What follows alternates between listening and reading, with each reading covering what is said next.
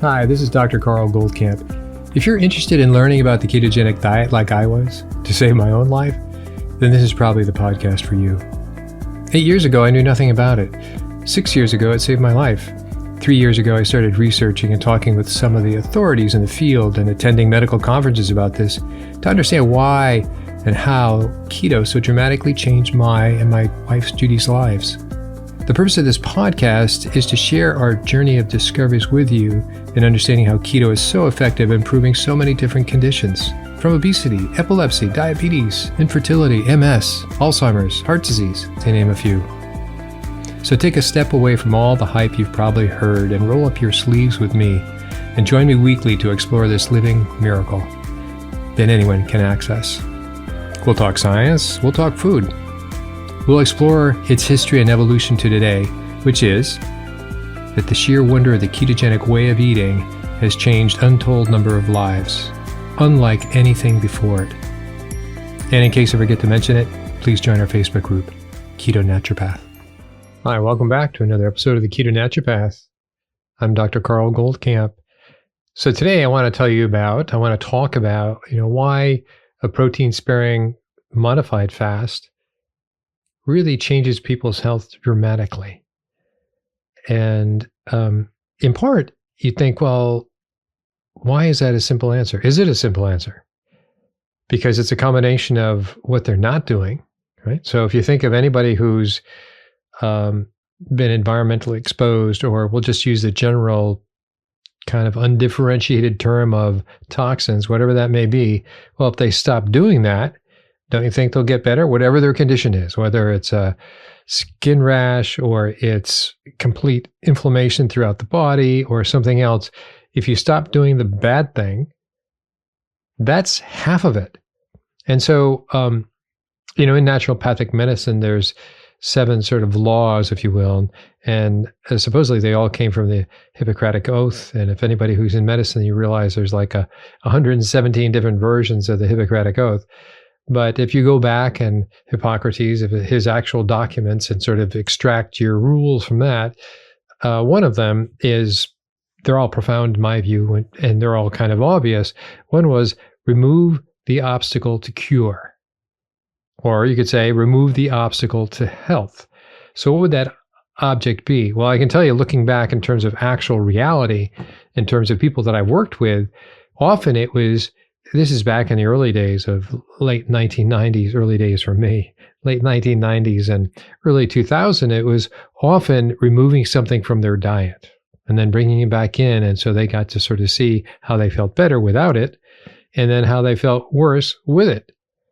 So in the course of that, it gets a little more, I would say, sophisticated, a little more detailed, a little more differentiated, because you can say, well, people eat a lot, but you can start with a kind of a common sense approach. What are the major problems, allergens that people have in terms of foods? And they're pretty straightforward. It is dairy. Primarily it's casein, but it's dairy. And it's then wheat. Primarily it's gluten, which is more than just wheat. But we've talked about gluten before, how that's now hyperglutenized because over the last 1,000 years, certainly over the last 100 years, the hybridization has yielded a higher concentration of gluten per that plant, per that grain. So it's become more of an issue because it's been so concentrated. But you can go down the list. What else? You have soy, you have corn, and you could say, well, corn, what kind of corn was that a problem? Is it the pesticides that are on the corn? Obviously that's a hybridized plant as well. We've talked about the history of corn from central Mexico, central South America, and how it was brought to Europe, and how for 400 years people suffered from pellagra because they didn't actually cook the corn correctly. Can you imagine that? So big gift from Columbus. He brought back the potato, and he brought back the corn and the tomato, and he can go on from there. So he brought back a lot of things. So from Central America, we get corn, and oops, they forgot how to cook it like they were doing it there, and they had a problem. But apart from that, just in sitting down with somebody, when you have them remove corn, that's often a pretty high allergenic food. And so you look at all the things that come from corn. You have the high fructose corn syrup, you have the various flours, you have the various oils, often called vegetable oils. So they're all a problem. I mean, they're all a big problem, actually. So just on that one thing. So when we think of corn, we're not thinking of somebody sitting down at the summer family picnic and getting their corn on the cob and putting the butter and salt on it and having a great time with the rest of the family. No, that's probably the least offensive form of corn, actually. The most offensive is the hyper concentrations of the high fructose corn syrup and the oils. And of course, you get the alcohol. It's a whole different thing. It doesn't affect us so much. More about how it runs on your car. Okay, so there's soy is equally that way. But between soy and corn, you have now that's a total of 90% of all pesticides that were used between those crops. And I suggest you go back and listen to the other podcasts I did on that. So that is part of the contaminants. And so in other words, when you go to get a corn product, corn flakes, if they do come from corn nowadays, which I do believe they do, corn flakes, it's not like you can get an organic brand of corn flakes. And so what is put on the corn, both in terms of GMO now and both in terms of pesticides as well, is what you're going to be eating. So that is a problem. So if you were to eat somebody's organic corn, as I just mentioned, that would be less of an issue, especially if you had corn on the cob. And soy, nobody just eats soy. They eat the derivative products, which are the tofu and the miso and there again, the soy oil, which is considered vegetable oil. It's predominant vegetable oil, that and corn oil. Okay, all that stuff. So we're removing the obstacle to cure. That's just an example of lists that I used to tediously go down. People would come in. You'd have to see their diet. They were required to give me a 7-day diet diary of the previous 7 days to visiting me. So I'd say, well, you eat a lot of whatever it is. And we remove that. The obvious ones that you could pull away are certainly all dairy products. And then you explain about the all dairy products. And then you explain about wheat. And then you say, this is what we're going to do for 2 months. And they go, I can't believe what else is there to eat. Everybody starts there. No matter what you take away, they're going to go, oh, well, what else is there to eat? So now we're at the doorstep of the protein-sparing modified fast, and we've taken away a lot. Relative to that context that I just spoke about, we've taken away a lot. We've taken away all the plants. Taken away all the plants. Taken away the dairy and the wheat and so on and so forth. We've minimized pesticide exposure through food. We have, what else have we done? Well, leave it at that. So this long list of things we pulled away. And so now they're having protein, which is meat, it's poultry, and it's fish. And so you counsel them on what are the better fish to get and, leave the big fish away and try to do, let's pretend if they could be doing Alaskan salmon, once a week, that'd be great. I mean, they could do it every night if they could afford it. Usually that's the issue that comes up. I can't afford it. It's too expensive, blah, blah, blah. Well, it is, and that's the way it is. Good foods become more expensive. Cheap food is polluted and causes a lot of problems. Which one do you want to choose? What value to put on your health? And cuts of meat are that way. They don't all have to be grass-fed. You can just migrate over to, a good cut of meat. And then if you want to, you can be a little more refined in your choices. And I'm not necessarily encouraging you there. Just don't get the garbage. Just don't get the factory made. And so how would you know? You look around, some are antibiotic free. I think that's a good place to start. And you go, well, how can certain cattle be without antibiotics? So antibiotics are required in case they don't, in case they get sick and so on and so forth. To an extent, but there's a question of a lot of antibiotics or none at all because they come from a different herd and they're more spread out and so on and so forth. So if you make that choice, one of the reasons, which is the point of this particular podcast, is when somebody goes on a protein-sparing modified fast, and I've put out plenty of information about this, go over to YouTube and there'll be a link in this podcast about that, as there always is with our other links, is that it's a dramatic difference. Absolutely, it's a dramatic difference. Even regardless of the quality of meat that they have, right? So let's just put that as a big question mark.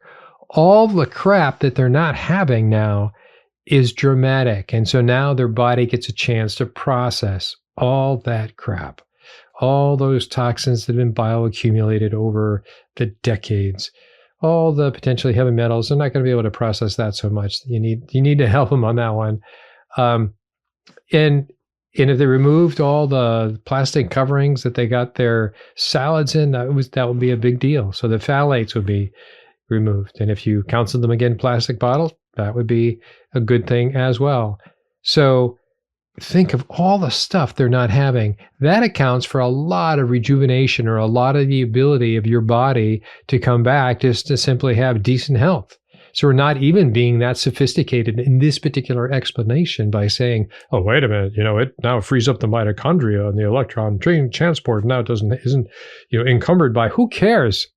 Really, who cares? It is, you've stopped taking this garbage that affected you in 150 different ways, if not 1,000 different ways, and all negative. Certainly the liver and so on and so forth, certainly the brain, but all organs were affected.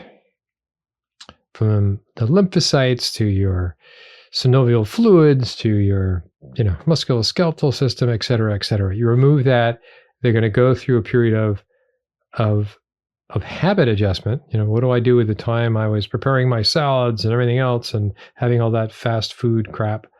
Well, that's going to be a change, and that is a behavioral change that's going to have to take place. But in terms of metabolically, their whole system has now gotten a chance. They're not being beat up on a regular basis. They can summons the resources to then start processing a lot of these negative metabolites that come out of the fat. And they'll start losing fat as well. Okay, so from there, when you're on a protein-sparing modified fast, you are in a ketogenic diet.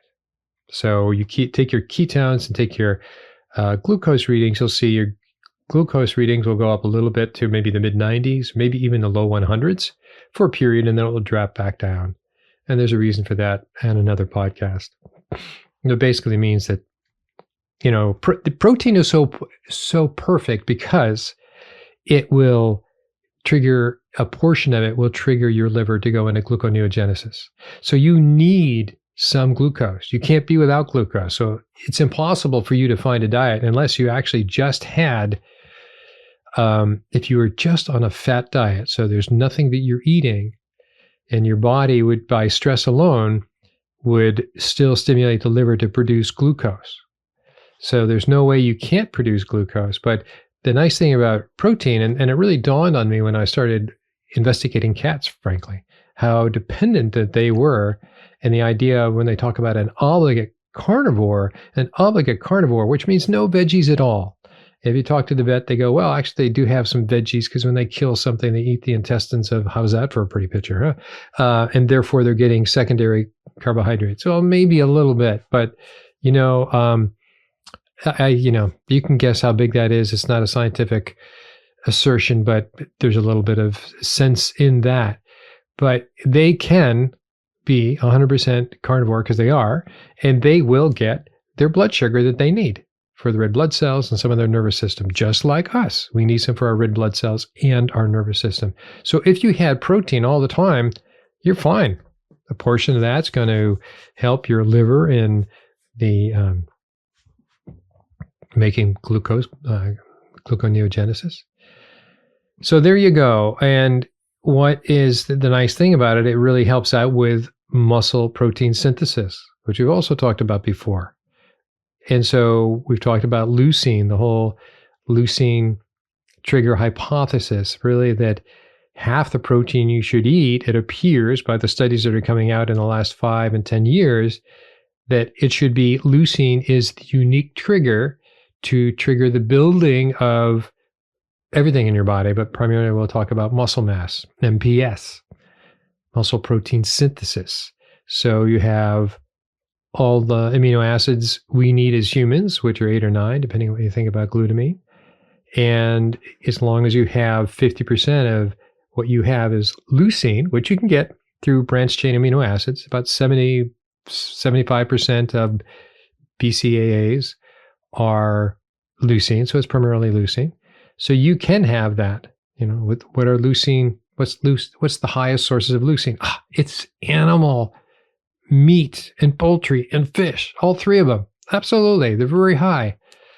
Who thought, right? So therefore, those who are a vegetarian really have a tough time in not only with protein muscle synthesis, and they can say, well, I want to be an autophagy. Well, fine. People who eat meat are not necessarily not in autophagy, and they are in muscle building phase, and then they're in autophagy. Everybody is in both phases. When you sleep, you're in autophagy. You can't avoid it. So that's the big deal. So bringing it back to home, why do people who do a protein-sparing modified fast get so freaking healthy? And you go, well, it must be the kind of the quality of the meat they had. Well, I don't know. I think that's part of it, but I think it's the simplicity of the diet. They kept themselves out of trouble would be the first thing. Kept themselves out of trouble. They stopped eating all that stuff, and they gave their body a chance to process what it could process, and improved a lot of situations.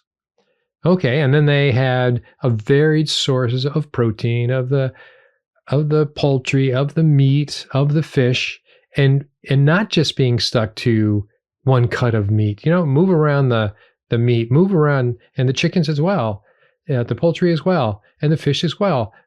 This is what, you don't just see a dog that eats turkey drums or drumsticks. You don't just see a cat that eats fish, a certain kind of fish. It's a big, varied diet, even within the protein. Also, it's the organ meats are in there, as we've talked. So egg yolks and liver are the most nutrient-dense substances on Earth in terms of what's digestible and usable by humans. So the problem with when you compare it to vegetarian, they'll say, hey, well, kale is this, or they'll throw out various, beets are actually a good one for a good source of having so many different things. And I'm not saying they're bad. I'm saying compared to what? How much of that beet, when you eat, actually gets into you that it's a usable form? Well, one is the iron, which is rich in beets, is not as usable as the iron you get from meat or fish or chicken. So it's called a non-heme, as a non-hemoglobin. Non-heme doesn't have that porphyrin ring. And so that's a big difference. So a lot of the comparisons, and I'm coming from a place in which that's how I was educated. Hey, your phytonutrients, you don't get this. And so you name that plant by all the contents, but the part of the conversation that was always never crossed over was, okay, here's the plant. It's got all these goodies in it.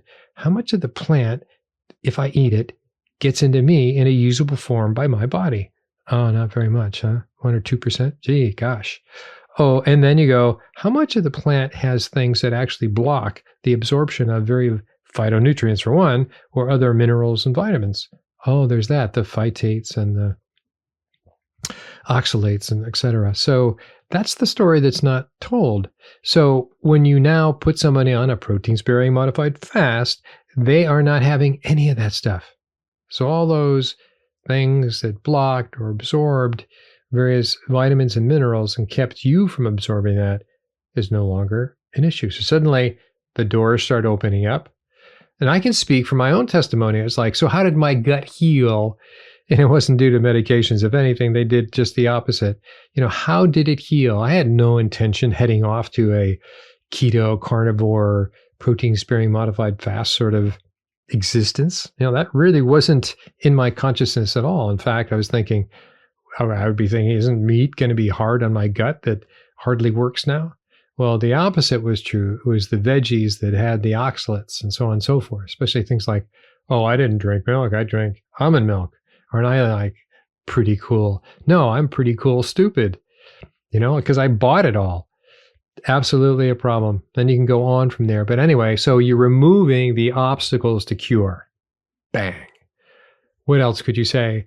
And from there forward, you can talk about what's inherent in the protein source, the whole food protein source in terms of nutrition, and the whole food sources of organ meats. And I'm saying primarily egg yolks, and don't throw out the whites, by the way, use them for other things, or have an egg.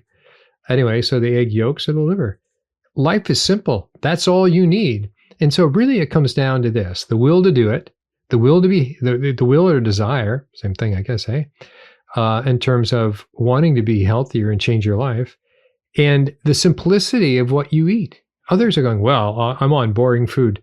That's amazing. I worked with this one guy, and I went through, showed him some labs. He goes, well, I grew up Christian. I did too, by the way. I grew up Christian, and we don't believe in biochemistry and labs. I'm thinking, well, I don't think that's a Christian thing.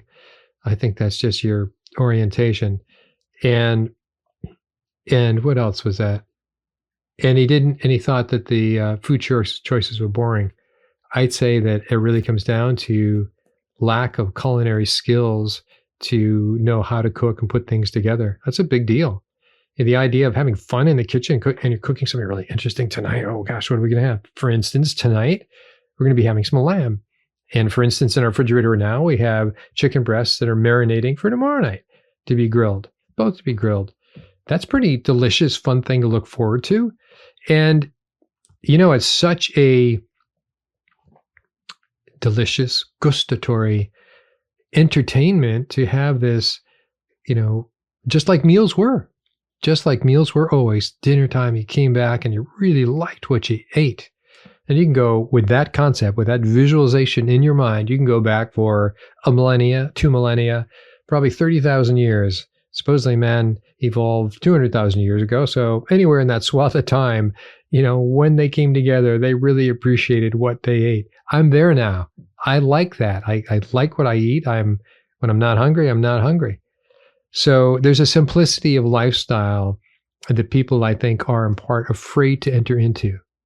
You can go into now even lesser excuses for not being willing to make a change. And I'm not saying everybody should. That's where labs come in, right? You look at them hormonally, this big metabolic panel that I do, and genomically. So you look at each person's difference and you address those. But more or less, they are moving in the same direction. You're filling in the potholes of their own individual deficiencies so they can move forward on a more general direction in which we are all moving forward with. And that's pretty much the secret of why this works.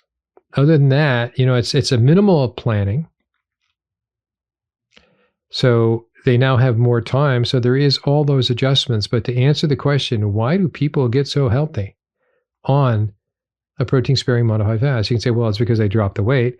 Well, that's a visual change for sure. And that means everything that was contained within that fat was metabolized, there's a lot of contaminants in the fat. That's where most pollutants end up going, is in the fat soluble. They're little bubbles of storage, if you will. And so that's processed. And so in that shifting over, they may not feel great, by the way. There is a thing of considering kind of a Herxheimer's reaction of a sort in terms of you now are going to be releasing a lot of toxins you've accumulated over time. And so that period of transition of your first few weeks, if not the first month or two, this is what you're doing. You're processing all that, and it's not necessarily comfortable. So when people say, if they're expecting some sort of incredible change in their life and everything got better, everything will get better, but you let go of where you've been, you process the garbage you've collected along the way, and then it starts to now just like, wow, can you believe it? You sleep at night. What a concept. You go to bed tired, you sleep, and you wake up done. That's a big deal for a lot of people.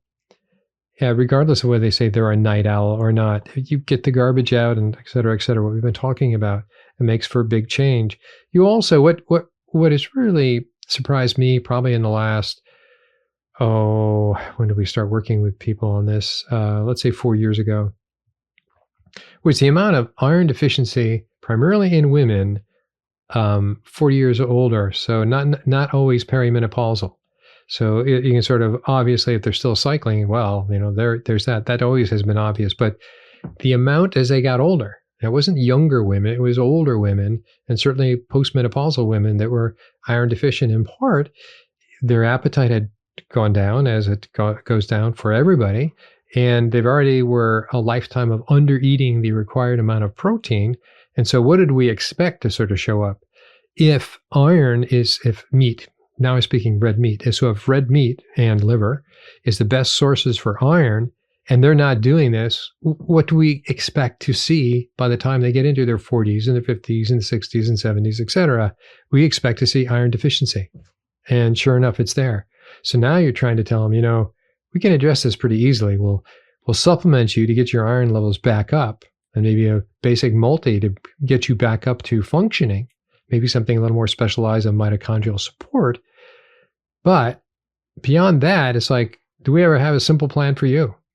Here you go. This is where you're going to get most of your nutrients. We evolved along the maritime shore. So therefore the fish and the essential oils, the omega-3s, no, you're not going to be using those industrial oils of corn and soy and canola and safflower and sunflower and name it, peanut and whatever. We're not doing that. And so you take these things away. It's like, wow, life just changed. And they start feeling 20 years younger or more and dropping the weight. So that's not a surprise. Is somebody going to say, well, it's because we stopped the oil? I really don't care if it's the oils or if it's the carbohydrates or it's the pesticides that were bioaccumulated over all these decades. It really doesn't matter. They're all injurious components of their former diet that have been pretty obvious and pretty much spelled out now. So doing processed food, which is all of those things, those industrial oils, those processed refined carbohydrates, it's just common sense. And so now turning the telescope around to look through the other end to go, well, wasn't this sort of an obvious thing to realize now that we're here?